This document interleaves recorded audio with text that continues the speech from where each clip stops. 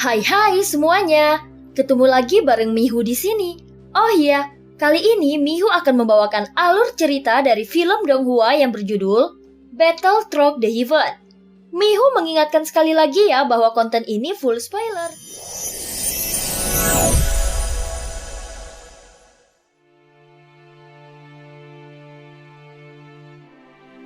Melanjutkan dari kisah sebelumnya. Sebelumnya saat melihat makhluk raksasa muncul dari pasir kuning, Longbia bergegas maju dan berhasil mengalahkan beberapa dari mereka. Namun saat melawan kerangka Yuan Shen, Longbia langsung terlempar ke dalam pasir.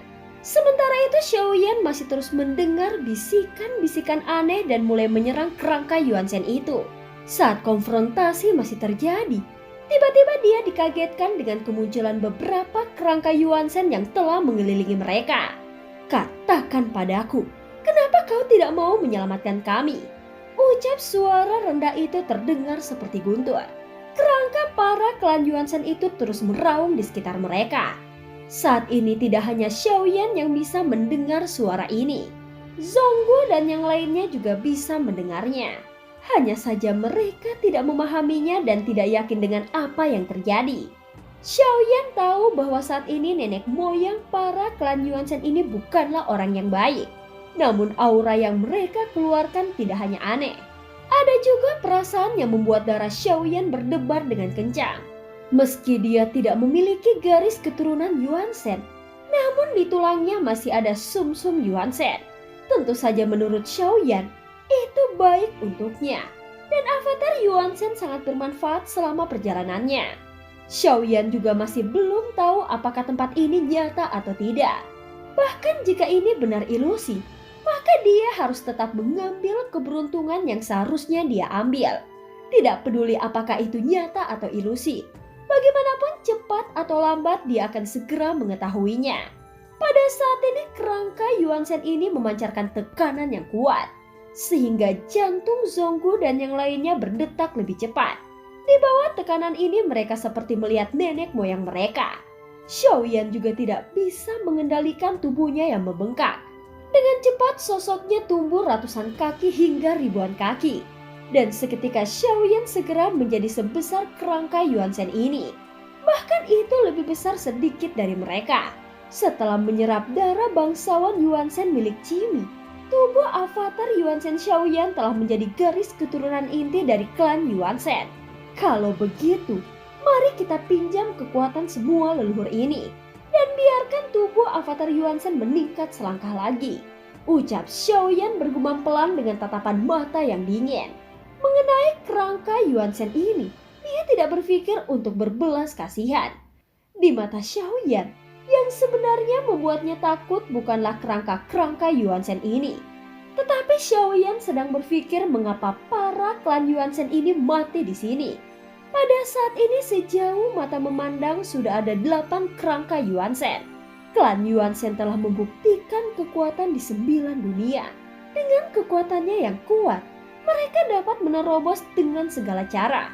Didukung oleh ki dan darah tubuh abadi yang kuat. Tetapi mengapa mereka bisa berakhir di sini? Ucap Xiaoyan sedikit mengeringit saat memikirkan hal ini. Tentu saja dia tidak tahu alasannya secara spesifik. Dan jawabannya seharusnya terletak pada tulang-tulang Yuan Shen ini. Saat tubuh Xiaoyan melebar hingga 1000 kaki, pemimpin tertinggi dari kerangka Yuan Shen mengangkat tulang lengannya. Tampak tangan seputih tulang mengepal dan angin kencang langsung bertiup ke arah Xiaoyan. Mata Xiaoyan menjadi gelap dan dia segera mengangkat tangannya lalu meninju dengan cahaya keemasan. Itu bertabrakan keras dengan tinju kerangka Yuan Shen. Momen ketika keduanya bertabrakan langsung menyebar dengan keduanya sebagai pusatnya. Dan dampaknya tanah berpasir itu seperti batu-batu besar yang jatuh ke air, sehingga membangkitkan ribuan gelombang pasir. Xiaoyan merasakan beban berat dari kepalan kerangka itu. Dia juga sedikit terkejut saat memblokirnya. Jelas kerangka ini tidak ada dukungan dari darah dan daging. Namun Xiaoyan tidak menyangka kerangka Yuan Shen ini bisa meledak dengan kekuatan yang begitu kuat. Pada saat ini dia tidak mungkin bisa melihat segel bintang Yuan Shen di kerangka itu lagi. Bagaimanapun itu telah meredup dan tidak mungkin lagi mengetahui berapa banyak bintang pada kerangka Yuansen yang ada di depannya. Tetapi jika dinilai dari tabrakan tinju ini, maka mustahil bagi avatar Yuansen yang masih memiliki daging dan darah untuk meledakkan kekuatannya seperti itu jika hanya memiliki kerangka. Kekuatan kerangka para senior di depannya ini setidaknya adalah klan Yuansen bintang 8 atau lebih. Tidak menutup kemungkinan itu juga bisa lebih kuat lagi. Saat berikutnya avatar Yuansen segera menyatu dengan tubuh Xiaoyan. Bagaimanapun pertarungan ini bukanlah sesuatu yang bisa dianggapnya remeh. Konfrontasi antara keduanya terus berlanjut. Dan meski kekuatannya setara, tetapi kecepatan Xiaoyan jauh lebih cepat. Pada saat ini ketika lengan yang bersentuhan ditarik Xiaoyan, dia segera meraih lengan kurusnya dan meninju pinggang tengkorak Yuansen itu lagi. Kemudian Xiaoyan mengeluarkan pukulan langsung ke rahang bagian bawah tengkorak dan kekuatan besar itu segera menghancurkannya. Namun saat ini terdengar semburan suara angin kencang yang datang dari segala arah. Kemudian kerangka Yuansen lainnya bergegas untuk menyerang Xiaoyan. Pada saat ini kecuali Long Biao yang terlempar ke dalam pasir dan menghilang, Jin Dongming dan Si Xiao segera mengambil tindakan. Hadapun Qimi, dia juga menggertakkan giginya dan bergegas maju. Sampai saat ini Xiaoyan belum pernah berbicara dengannya. Dan inilah saatnya untuk menunjukkan kesetiaannya. Tentu saja Qimi bukanlah sosok yang lemah. Apalagi dia juga merupakan klan Yuansen bintang 8. Pada saat ini sosok Qimi segera membesar hingga ribuan kaki dalam beberapa tarikan nafas. Dan itu tampak setara dengan tubuh Xiaoyan. Qimi terus melawan kerangka-kerangka Yuansen ini. Tetapi yang aneh adalah bahkan dengan bergabungnya Qimi, kerangka-kerangka Yuansen ini tampaknya masih terfokus pada Xiaoyan. Dan mereka sama sekali tidak menganggap ada permusuhan terhadap Qimi. Xiaoyan segera menyadarinya. Oleh karena itu dia bisa yakin pasti ada seseorang yang mengendalikan kerangka-kerangka Yuansen ini. Saat ini tidak ada gerakan mewah dalam serangan dari dua kubu. Mereka semua terus saling jual beli tinju. Namun kekerasan tulang ini telah melebihi imajinasi Xiaoyan. Hanya saja saat ini Xiaoyan ingin menghancurkan mereka. Xiaoyan segera menangkap salah satu dari mereka. Dia menggunakan siku paling keras di tubuhnya untuk memukul tengkoraknya dengan gila-gilaan. Dalam pandangan Zhonggu dan yang lainnya, saat ini mereka seperti butiran pasir di depan sosok sebesar 1000 kaki. Aku tidak tahu bagaimana cara bergabung dalam pertarungan seperti ini, ucap Zhonggu menghela napas panjang. Bagaimanapun ini bukanlah sesuatu yang bisa mereka tangani. Setelah menahan pukulan serangan dari Xiaoyan, terdengar suara retakan dari kepalanya. Lalu Xiaoyan mengepalkan tangannya dan memberinya lagi pukulan fatal. Saat berikutnya terdengar suara klik dan tengkorak kerangka Yuansen itu benar-benar dihancurkan oleh Xiaoyan. Namun tiba-tiba cairan bening keluar darinya. Seketika mata Xiaoyan berbinar saat melihat inti dari kerangka Yuansen ini. Tampak Xiaoyan membuka mulutnya dan langsung menelannya. Kekuatan agung tiba-tiba menyebar ke seluruh tubuh Xiaoyan. Qi dan darahnya mulai melonjak, hanya saja energi ini terlalu ganas. Faktanya Xiaoyan tidak berani menyerap banyak secara langsung untuk tubuhnya. Dan cairan ini lebih banyak diserap oleh avatar Yuansen. Hanya sisa-sisa saja yang diberikan ke dalam tubuh Xiaoyan.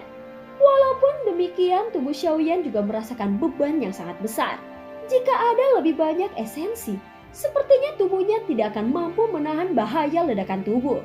Saat ini segel bintang di antara alis Xiaoyan awalnya adalah bintang 8. Namun sekarang itu berkedip-kedip. Bahkan setelah bergabung dengan avatar Yuansen, segel bintang 9 masih terlihat samar-samar. Saat ini Xiaoyan menarik nafasnya dalam-dalam. Kekuatan Qi dan darah di dalam tubuhnya jelas terasa meningkat. Qimi juga merasakan sesuatu yang aneh. Dia segera melihat ke arah Xiaoyan. Saat tatapannya tertuju pada alis Xiaoyan, dia melihat segel bintang 9 yang mengeras. Klan Yuansen bintang 9. Dalam sekejap mata dia benar-benar melampauiku, ucap Qimi langsung terkejut. Kecepatan peningkatan Xiaoyan tentu saja terlalu cepat. Namun itu sebenarnya berkat darah para Yuansen yang dikumpulkan oleh Qimi. Xiaoyan juga menggunakan darah Yuansen itu untuk membantu avatar Yuansennya menerobos ke bintang ke-8. Baru setelah tubuhnya menyatu dengan avatar Yuan Shen, dia baru memiliki kekuatan untuk menghancurkan kerangka Yuan Shen ini. Hanya saja tanda bintang 9 yang telah dicapai Xiaoyan saat ini adalah perpaduan dengan avatar Yuan Shen dengan tubuh fisiknya. Pada saat ini Xiaoyan merasakan energi dan darahnya berlipat ganda. Tubuh ukuran 1000 kaki bukan lagi batasnya. Setelah menerobos ke bintang 9, maka tubuh fisiknya dapat terus bertambah besar. Untuk setiap kaki pertumbuhan tubuh Yuan Shen, maka kekuatan tempurnya akan menjadi lebih kuat. Saat ini sosok Xiaoyan terus membesar dan dalam sekejap mata, kerangka Yuan Shen yang ukurannya hampir sama sebelumnya dengan Xiaoyan sekarang tampak seperti anak kecil di hadapannya. Dan tingginya hanya setinggi lutut Xiaoyan.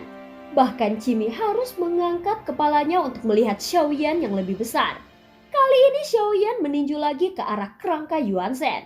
Meskipun dia baru menerobos ke tubuh keabadian fisik bintang 9, namun kekuatan seperti itu seharusnya mampu menandingi keabadian para dewa. Adapun di atas bintang 9 ini adalah alam leluhur. Jika aku bisa menerobos alam leluhur, apakah aku bisa mencapai keabadian? Ucap Xiaoyan bertanya di dalam benaknya. Pada saat ini dia hanya bisa terus berpikir untuk memperkuat kekuatannya. Dan film pun berakhir. Terima kasih udah dengerin Mihu dari awal sampai akhir ya. Sampai jumpa.